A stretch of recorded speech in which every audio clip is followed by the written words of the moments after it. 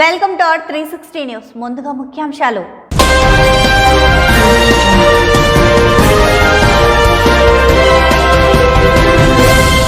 కర్నూలు జిల్లాలో దారుణం, ఇద్దరు తోడికోడలు దారుణ హత్య.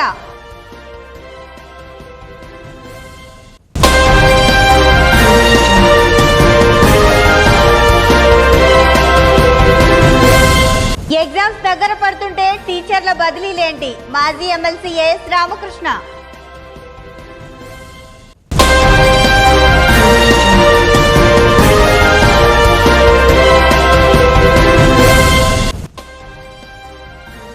సమన్వయం పాటించండి, కేంద్ర హోంశాఖ మంత్రి అమిత్ షా.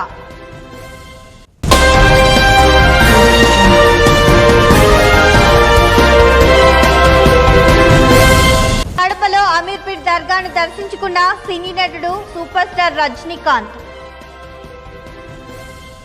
వార్తల్లోని వివరాలకు వెళ్తే, బీహార్లో కల్తీ మద్యం తాగిన కేసులో మృతి చెందిన వారి సంఖ్య 39కి చేరుకున్నది.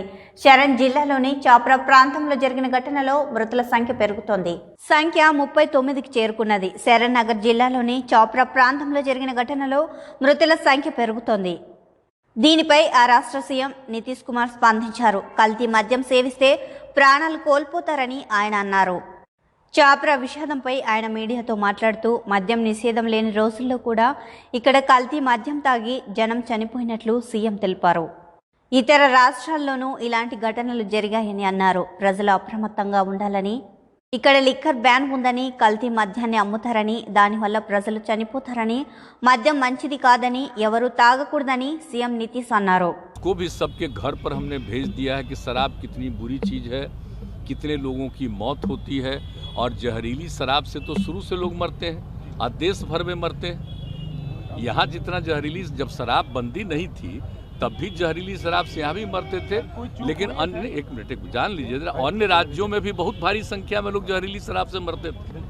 तो हम लोगों ने तो शराब लागू कर दिया, लेकिन आपको मालूम है सबसे पहले 16 में ही ना जहरीली शराब की बात हुई थी, और उसका जितना जहरीली शराब हम लोगों ने उस पर कितना एक्शन करवाया।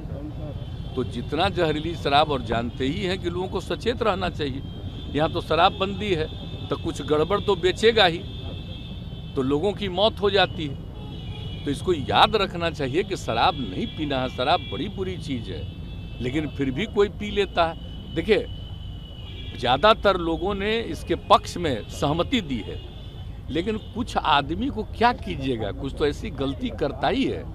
तब उसके बाद पिछली बार भी याद है ना, जहरीली शराब से मर गया तो कोई कहा कि इनको मिलना चाहिए कंपल्सन के बाद।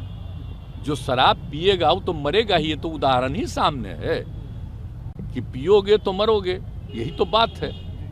तो इसीलिए अब इसके बारे में तो दुख प्रकट करना चाहिए और उन जगहों पर जा करके समझाना चाहिए। आप देख रहे हैं ना, हम कितना बड़ा अभियान चलाए, समाज सुधार अभियान, और उसको निरंतर जारी करवाते हैं कि साहब लोगों को समझाइए, बताइए, खराब चीज़ है, लेकिन कुछ तो गड़बड़ करता ही न है।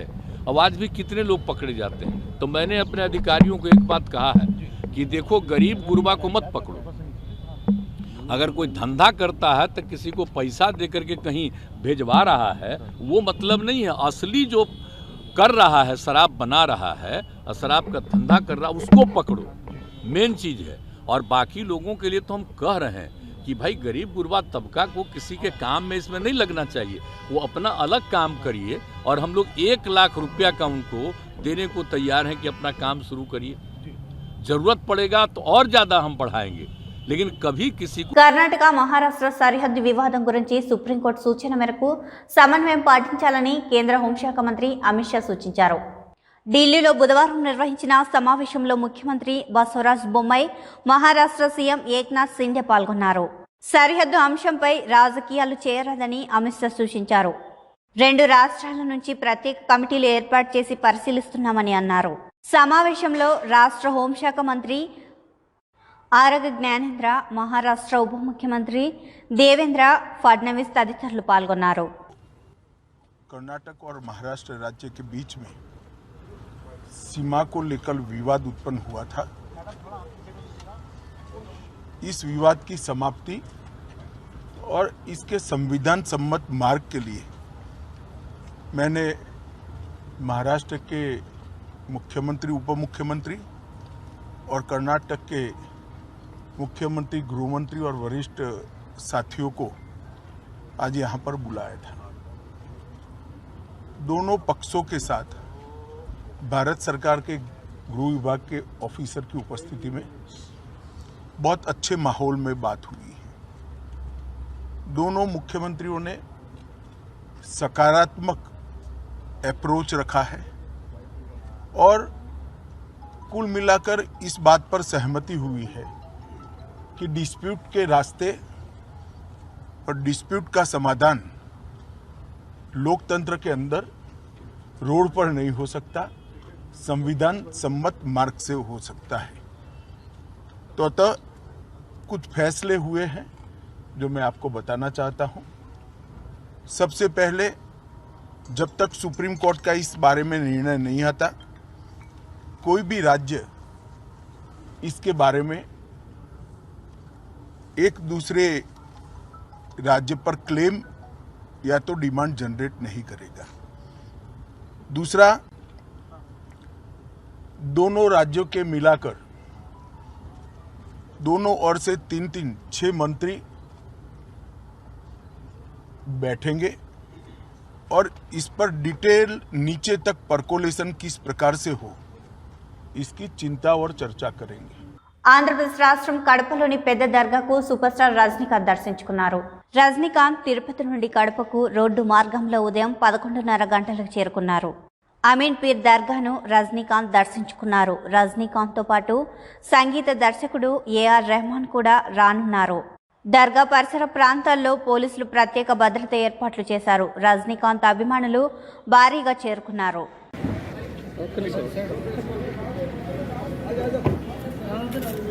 This way.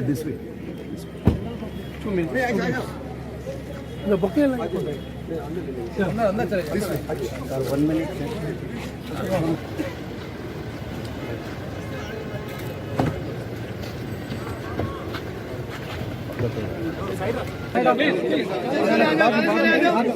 हम निकालते आप क्या अमीर करे निकाला वाला साल के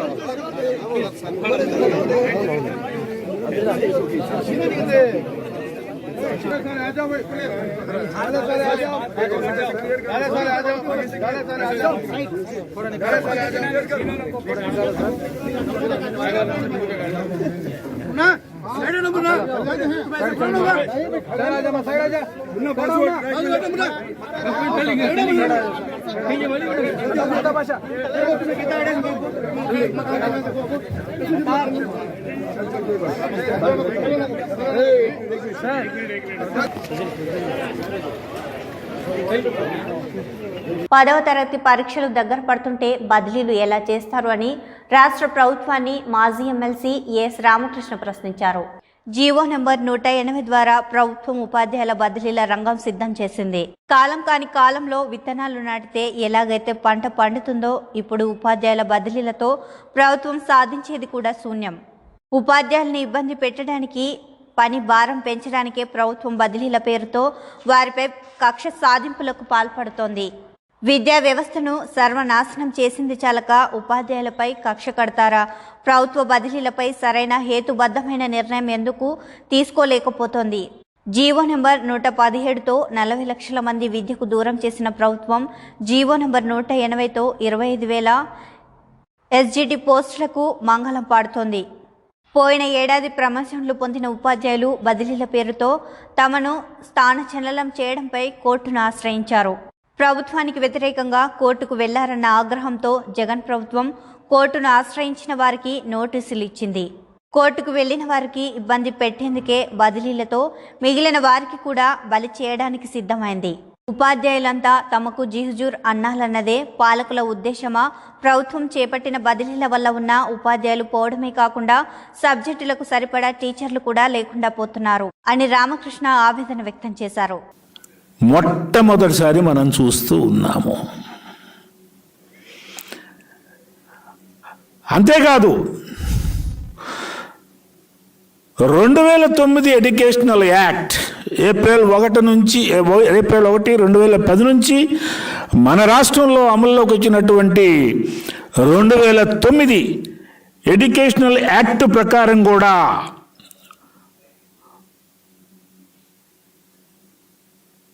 యూపీ స్కూల్స్లో సైతం ఉన్నటువంటి పాఠశాలను వీళ్ళు రద్దు చేశారు. అక్కడ ఉండాల్సినటువంటి 4-5గురితో నడపవలసిన ఆ స్కూల్స్ నడపవలసినటువంటి పరిస్థితిని తీసుకొచ్చారు. అక్కడ శాంక్షన్డ్ పోస్టులు, సబ్జెక్ట్ శాంక్షన్డ్ పోస్టులు లేవు. మరీ ముఖ్యంగా maths, PS, MS, pundits, English, PD పోస్టులు రైట్ టు ఎడ్యుకేషన్ యాక్ట్ ప్రకారం ఉండాలి. నెప్ 2022 ప్రకారం కూడా ఆ పోస్టులు ఉండాలి.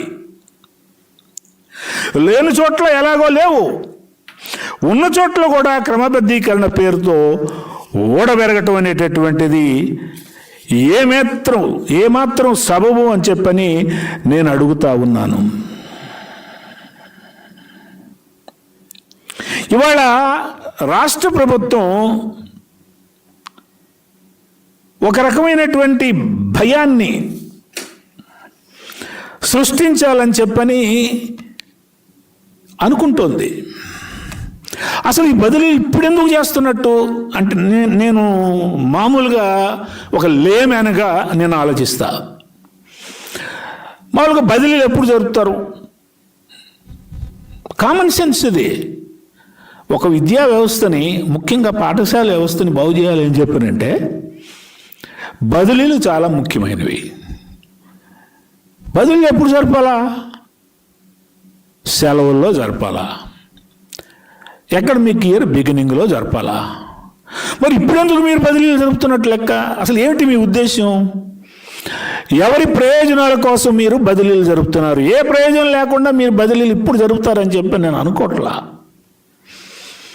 ఎట్లాగూ మీకు టీచర్ల మీద కక్ష ఉంది. అందరికీ జీతాలు ఇచ్చిన తర్వాత మీరు టీచర్లకు జీతాలు ఇచ్చారు. రైతు ప్రభుత్వంలో రైతుల మీటర్లకు మోటార్లు బిగించడం దారుణమని తెదేపా అధికార ప్రతినిధి డాక్టర్ కాకరవాడ చిన్న వెంకటస్వామి అన్నారు. విధంగా కూడా పనికిరానటువంటి ధాన్యంగా ఈరోజు మిగిలిపోయాయి. ప్రభుత్వం తక్షణమే స్పందించి రైతులకు నష్టపరిహారంగా వీళ్ళకు పంటల బీమా వర్తించే విధంగా ఎకరాకు ₹1,00,000 చొప్పున వీరికి నష్టపరిహారం చెల్లించాలని చెప్పేసి తెలుగుదేశం పార్టీగా మేము డిమాండ్ చేస్తున్నాం. అదేవిధంగా కొన్ని తడిసినటువంటి ధాన్యాన్ని కూడా ఈ ప్రభుత్వం రైతు భరోసా కేంద్రాలు మాత్రం ఏర్పాటు చేశారు, కానీ ఒక్క ధాన్యం గింజ కూడా కొనలేటువంటి పరిస్థితి ఈరోజు చూస్తూ ఉన్నాం. రైతులకు గిట్టుబాటు ధర కల్పించి ఆ ధాన్యాన్ని కూడా ప్రభుత్వం తక్షణమే కొనుగోలు చేసి రైతులను ఆదుకోవాలని చెప్పేసి తెలుగుదేశం పార్టీకి మేము డిమాండ్ చేస్తా ఉన్నాం. రైతు భరోసా కేంద్రాలు ఏర్పాటు చేశారు. రైతు పరిస్థితి మా ప్రభుత్వం చెప్తా ఉన్నారు. రైతులు ఈ విధంగా సర్వనాశనం అయిపోతూ ఉంటే మీరు ఏమాత్రం పట్టించుకోకుండా నిమ్మకు నీరెత్తినట్లు వ్యవహరిస్తున్నటువంటి ఈ ప్రభుత్వానికి రైతులు బుద్ధి చెప్తారని చెప్పేసి కూడా మేము తెలియజేస్తా ఉన్నాం. తక్షణమే రైతు సమస్యలు పరిష్కరించే వాటిల్లో ఈ ప్రభుత్వము జాప్యాన్ని విడనాడి రైతు యొక్క ధాన్యాన్ని, తడిసినటువంటి ధాన్యాన్ని కూడా ప్రభుత్వమే కొనుగోలు చేసి రైతులను ఆదుకోవాలని చెప్పేసి తెలుగుదేశం పార్టీగా మేము డిమాండ్ చేస్తా ఉన్నాం. మహనీయుల త్యాగాలు మరవలేనివని కర్నూలు జిల్లా కాంగ్రెస్ అధ్యక్షులు సుధాకర్ బాబు అన్నారు.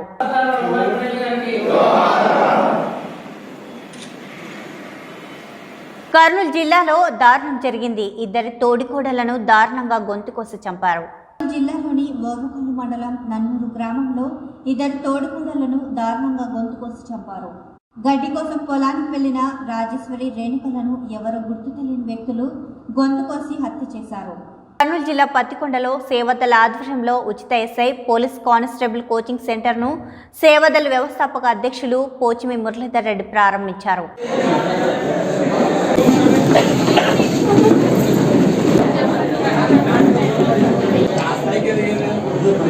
ప్రిలిమినరీ పరీక్షకు సంబంధించి ఆలోచనతో మరి ఈ రోజు ఈ కార్యక్రమానికి శ్రీకారం. అందులోని దేవుడు చెప్పండి, అందులోని దేవుడు పోలీస్ సేవదళ కుటుంబ సభ్యుల కింద లెక్క. మాకు ఇప్పుడు పత్తికొండ టౌన్ లో టెంట్ కోచింగ్ వాళ్ళందరూ కలిపి 2000 కుటుంబాల సభ్యతలు ఉన్నాయి. వీళ్ళకి ఎలాంటి సమస్య వచ్చినా ఇంకోటి వచ్చినా ఈ ఆఫీసుకు తలుపు తట్టే ఈ సేవాదళ కుటుంబ సభ్యులుగా భావించి వీళ్ళకి ఏం కావాలో అది మా చేతనైనందుకు సాయం చేస్తాం. అందరికి పుట్టినరోజు సందర్భంగా ఇంతవరకు మా కుటుంబ 2 లక్షలు అంటే ఒక ఇంటికి ఇద్దరికి 2 లక్షలు ఇన్సూరెన్స్ చేయడం జరిగింది.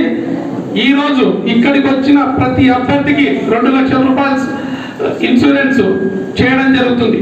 జగనన్న పుట్టినరోజు కానుక ఇక్కడ వచ్చిన ప్రతి ఒక్కరికి 2 లక్షలు ఉచిత బీమా పథకం.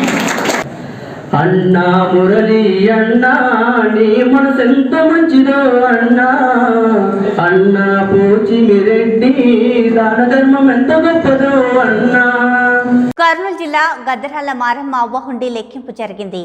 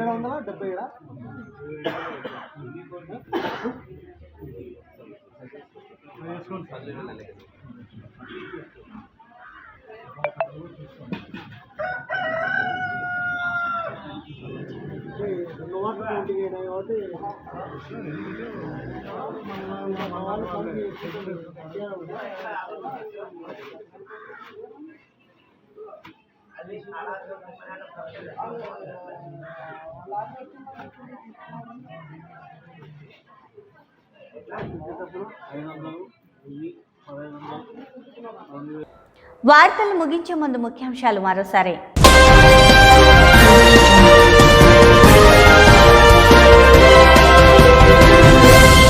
కర్నూలు జిల్లాలో దారుణం, 2 తోడికోడలు దారుణ హత్య.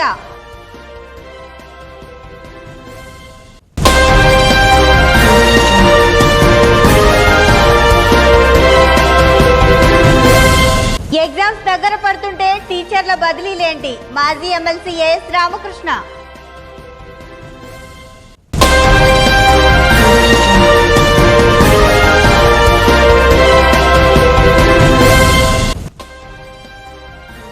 సమన్వయం పాటించండి, కేంద్ర హోంశాఖ మంత్రి అమిత్ షా.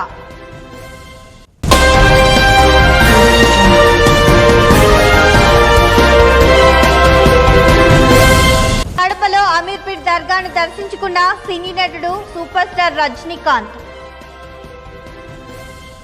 ఈ వార్తలు ఇంతటితో సమాప్తం. నమస్కారం. తిరిగి నెక్స్ట్ బులెటిన్లో కలుసుకుందాం. చూస్తూనే ఉండండి మీ R360 న్యూస్. మార్పు కోసం ఒక్కడుగు ముందుకు.